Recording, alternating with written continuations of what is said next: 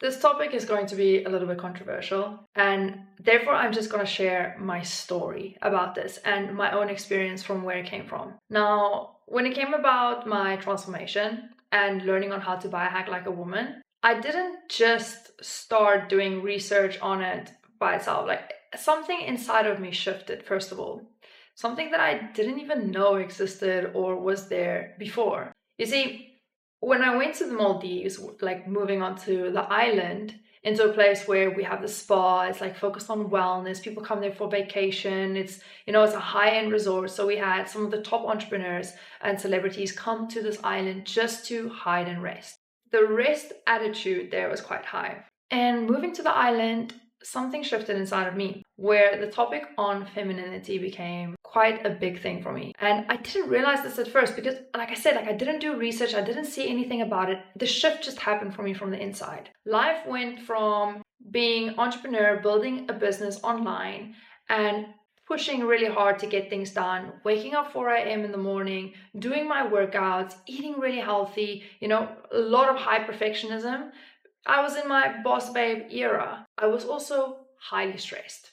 Although people thought that I was thriving and were really inspired by my journey, I was burning out in the background consistently. I was struggling with sleep. I would wake up in the middle of the night, just constantly waking up, feeling so stressed. And then at night when I want to go to sleep, I wasn't able to sleep. And doing my workouts, I was pushing so hard in my workouts that I was competing with the guys in the gym, seeing who could lift the heaviest and, what workout are we doing today? How heavy can we lift today? Let's hit a PR. And that was my life for a very long time, up until 2 years ago when I moved to the Maldives. And moving to the Maldives, lifestyle there was a lot more slow. And what happened is, naturally from being in that rhythm, now completely different rhythm to what I'm used to. First of all, I also gave up entrepreneurship to go and work in a corporate business to achieve my goal and dream of becoming a celebrity personal trainer. Ended up going to the island, and here were a lot more women that were really not in the boss babe era. I don't think there was one girl on the island that was in her boss babe era. Everyone was just going about their day, taking care of themselves. We had the spa on the island, and a lot of self-care was done. And I had a roommate, not a roommate, I had a neighbor, the girl that was living next door to me, and she started telling me, you gotta learn to take care of yourself, woman. You gotta take care of yourself, do some self-care, use this shampoo, try this beauty products, do something nice for yourself, go to the spa, get a massage. And simple things, really simple things. But at that stage, I didn't think about it. It wasn't something that I even thought of because I had to try and do this. I have all these goals that I have to reach. I need to push myself really hard. I need to prove myself.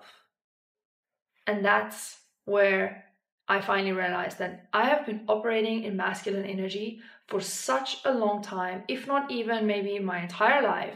It wasn't up until I got in contact with women who were connected to their femininity, naturally moving into that rhythm and that grace of life, being more in a place of rest and digest, that I finally discovered something new. And in all honesty, this is the biggest part of my journey that gave me the best transformation and allowed me to discover the ways of how to biohack like a woman. You see, when you're operating out of your masculine, you're constantly on the go. You're stressed, you're competitive, you always want to be on top of things, and it's like having constantly needing control over something. So the constant need for control over something means that you're just pushing really hard to win. You really want to make sure that everything is aligned the whole time, which aligns again with perfectionism. So you're putting so much pressure on yourself, and at the same time you get hyper independent because you believe that you're capable of just doing everything by yourself.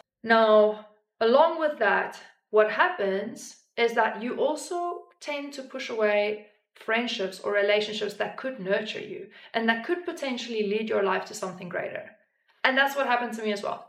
I believe that I don't need a man. I can do everything by myself. I honestly don't think that I need a partner or a man to come and help me with anything because I'm fully capable of doing it myself. And for that very reason, I have not been able to attract any relationship within the past 7 years. Situationships, yes. And I always attracted emotionally unavailable men.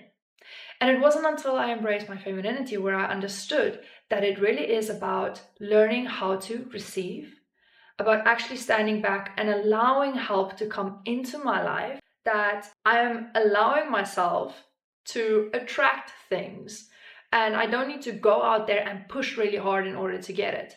That stepping back and allowing myself to receive, being in a place of rest, was actually what brought everything to my life that I wanted. You see, I met the most incredible man, a masculine man. Even though I was friends with him at the time where I was still operating from my masculine, kind of like going through this transition, not really understanding what was happening to me. He was a person on the island that I saw him, didn't really connect.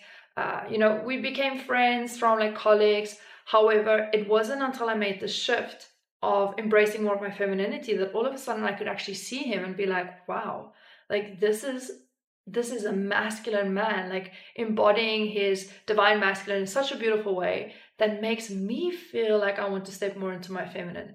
It was absolutely bonkers for me. I mean, I never knew about these things before.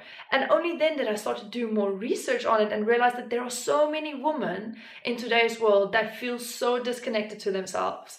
And they're missing out on their femininity because it's so suppressed. With the current lifestyle that we're living in today, Boss Babe era got a really big rep for everything. And, I want to pay my dues to that as well, because at the time in my life, like, it really did work for me. However, it also ended up hurting me a lot. So I think we can take good and bad from it all. And I know that a lot of you might be going through this stage right now. And when I was in that stage, I didn't want to hear about these things. Like, I was very judgmental about these girls that were all feminine and, allowing a man to step into their life and not kind of doing their own business and career. And I thought that they were beneath me, which is really horrible to say that, but I feel like all of that sense of control and being in the masculine was so ego-driven. And I didn't realize at the time that was causing me so much pain. So stepping into like the feminine, I realized that my business is still able to thrive. It's thriving even more right now.